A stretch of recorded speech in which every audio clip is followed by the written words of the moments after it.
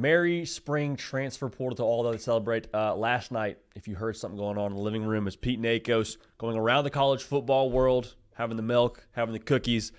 Dude, so glad to get a little bit of your time. I know you got a lot. I mean, even as we speak, you got things pulled up on the laptop, wheeling and dealing. Down to talk some Nico and just kind of latest on him? Yeah, let's do it. So he enters the portal with a do not contact tag. Yep. That was surprising to me because I'm saying, okay, that means, don't call me, I'll call you. Why enter with a do not contact tag? Yeah, so maybe a year ago, do not contact tag was all about like, I know where I'm going, don't talk to me. Mm-hmm. It's still kind of that this year, but there's also a new kind of, I don't know, whatever you want to call it, like trend to it where guys put do not contact tags on so people know to go directly to the agent and not try to like hit up the kid. Interesting. I think it's a mix of both things here with Nico. I think the way how things played out so publicly at Tennessee, I think they're trying to make a decision quickly and also just try. My job is to go out and report facts and try to get as much info as I can. Mm-hmm. Obviously, I think they'd like to try to keep this recruitment as under the radar as possible. Interesting, because if you're dialed into On3 on the socials and Pete on the socials, every time it seems like a school gets thrown into the mix for Nico, it's like, hey, Tulane's interested. Actually, they're backing out. Hey, UNC could make some sense. UNC is not going to be in the Nico sweepstakes. So the do not contact thing to me was a little bit surprising. Do you think that camp has it sort of narrowed down to a smaller pool of schools, or where do you think staying with schools in the mix? I don't think this thing's narrowed down whatsoever. From everything Steve Wiltfong and I have heard, I mean, UCLA is an option. Is UCLA going to pay the market value that Nico's camp believes he deserves? I'm not so sure about that. I think what the market is for Nico right now and what Nico's camp wants are two extremely different things, and is going to have a big, kind of bearing on how this recruitment plays out. And as things progress too, is that number still in the 4 million-ish range, like was reported? Well, I think they would like to get 3 to 4 million. Uh-huh. I don't think there's a very lengthy list of schools right now who are going to pay that. Sure. Yeah, I was going to say, like, as you go down the line here, I'm like, I don't know how Tulane is in the NIL world, explicitly. So Tulane's going to pull out. Okay. North Carolina's the favorite to get Gio Lopez, the South Alabama quarterback who went in today. Beyond that too, I know Ari Wasserman put a story out today, which was talking about how like as his market value comes down, what schools could we see enter the mix? He mentions like a Syracuse or a Maryland.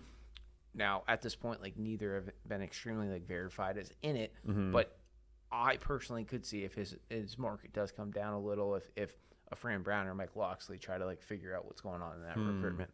And is that kind of where we stand right now? Like, is there any schools that we can identify as, okay, they are for sure going to be in the Nico sweepstakes, or is it still super wide open? I think it's pretty wide open outside of UCLA. Interesting. So UCLA is probably the school that you would, and I think that's actually the betting favorite. We keep hearing about the most. But like how we report sometimes, like they're the school to watch or they're the favorite. I'm not ready to say that, or they're trending. Interesting. So when you talk about Nico, there's the NIL part of it.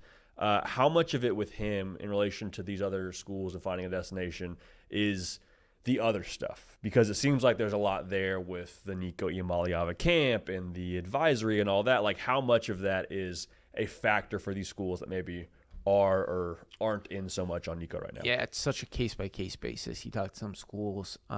They want to give the kid a shot and make sure that Nico has a chance to play college football again. And then you talk to another school who just doesn't want to.